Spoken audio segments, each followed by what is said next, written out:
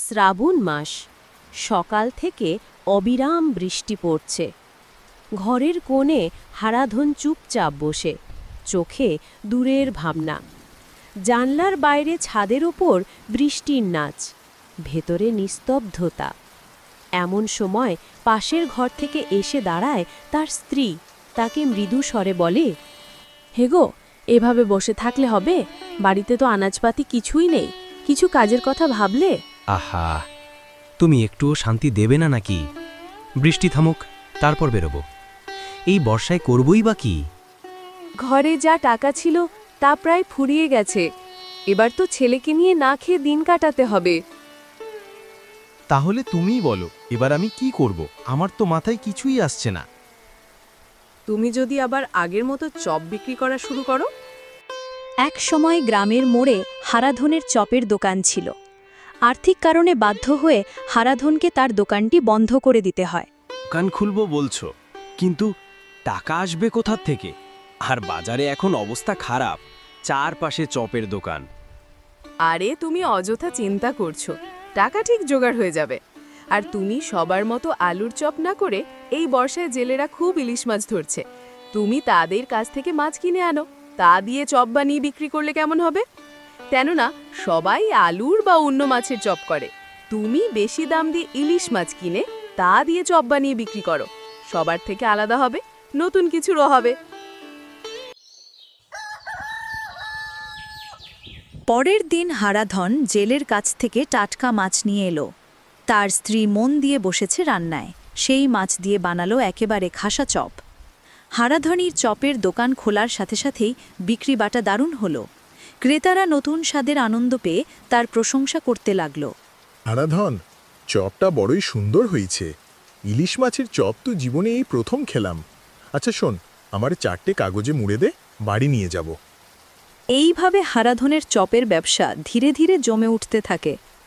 গ্রামের মানুষজন তার দোকানে ভিড় জমাতে শুরু করে। চপ বিক্রি ভালো হয়, কিছু টাকা পয়সা জমতেও শুরু করে। কিন্তু কয়েকদিন পর জেলেরা নদীতে জাল ফেলেও ইলিশ মাছ আর ধরতে পারে না। তাদের জালে কিছুই উঠে আসে না। হতাশ হয়ে জেলেরা খালি হাতে ফিরে যায় ঘরে। পরের দিন হারাধন যখন মাছ আনতে গেল জেলের কাছে, জেলে মুখ গম্ভীর করে বলল, বাবু, নদীতে আর ইলিশ মাছ জালে ধরা পড়ে না। আমরা যেখানে যেখানে মাছ ধরতাম এখন আর সেখানেও কিছুই পাই না। যে নদীর পশ্চিম দিকে গেলে একসময় ঝাঁকে ঝাঁকে ইলিশ মেলে, এই বর্ষাকালে সেখানে গিয়েও কিছু ধরতে পারছি না। তার উপর নদীতে যখন তখন ঝড় ওঠে। এমন অবস্থায় এত দূর গিয়ে মাছ ধরা বড় মুশকিল হয়ে গেছে।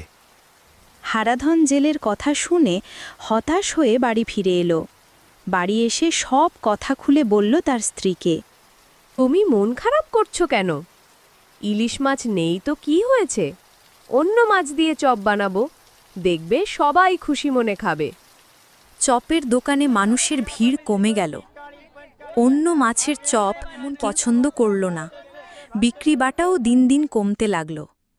হতাশ হয়ে বাড়ি ফিরে হারাধন স্ত্রীর সামনে দাঁড়িয়ে বলল, অন্য মাছের চপ মানুষ পছন্দ করছে না, বিক্রি একেবারেই কমে যাচ্ছে। তাই আমি সিদ্ধান্ত নিয়েছি, কাল ভোরে আমি নিজেই নদীতে গিয়ে মাছ ধরব। কিন্তু নদীতে তো এখন জলের স্রোত ভীষণ, তুমি নৌকা নিয়ে কিভাবে যাবে বলো? তার উপর এই বৃষ্টি তো পড়ছেই অবিরাম। স্ত্রীর কথা কানে নিল না হারাধন। পরের দিন ভোরে জাল কাঁধে নিয়ে একাই বেরিয়ে পড়ল নদীর পথে। কিন্তু সকাল থেকে দুপুর গড়িয়ে গেল, তবু হারাধন আর বাড়ি ফিরল না। বাড়ির উঠোনে দাঁড়িয়ে স্ত্রী আর ছোট ছেলে বারবার রাস্তার দিকে চেয়ে শুধু অপেক্ষা করতে লাগল। মনে দুশ্চিন্তার কালো ছায়া ঘনিয়ে এলো। আরে বম্বুল, তোর বাবা তো এখনো বাড়ি ফিরল না রে। ভোরেই বেরিয়েছিল মাছ ধরতে, বেলা গড়িয়ে দুপুর হয়ে গেল, কিছুই তো খবর নেই। মানুষটার কিছু ভালো মন্দ হলো না তো? আমার কেমন ভয় করছে। তুমি এত চিন্তা করো না, বাবা ঠিকই চলে আসবে। কিছুক্ষণ পর সবাইকে অবাক করে হারাধন তখন ভিজে শরীর নিয়ে বাড়িতে ফিরে এলো। হারাধনকে দেখেই তার স্ত্রী কান্নায় ভেঙে পড়ল। তারপর হারাধন তাদেরকে সমস্ত কথা খুলে বলতে শুরু করল। ভোরবেলা যখন আমি নদীর পাড়ে পৌঁছাই, তখনই দেখি জলের স্রোত ভীষণ বেড়ে গেছে। তবু নৌকা নিয়ে জেলেদের কথা মতো নদীর পশ্চিম দিকে চলে যাই। সেখানে গিয়ে দু একবার জাল ফেললে আশ্চর্যের মতো অনেকগুলো ইলিশ মাছ ধরা পড়ে। কিন্তু হঠাৎ নদীতে ঝোড়ো স্রোত ওঠে। এক মুহূর্তেই নৌকাটি উল্টে যায়। মৃত্যু যে এতটা কাছে চলে এসেছিল সে মুহূর্তে আমিও নিজেও বিশ্বাস করতে পারিনি। কোনো রকমে প্রাণপণ সাঁতরে তীরে উঠে আসি। তুমি ঠিকই বলেছিলে, এত লোভ করা ঠিক নয়। আবার যখন ইলিশ হবে তখনই ইলিশের চপ বানাবো। এরপর হারাধন আলুর কিংবা অন্য মাছের চপ বিক্রি করে। জেলেরা যখন ইলিশ মাছ ধরে তখনই হারাধন ইলিশ চপ বানায়, আর সে কোনোদিন নিজে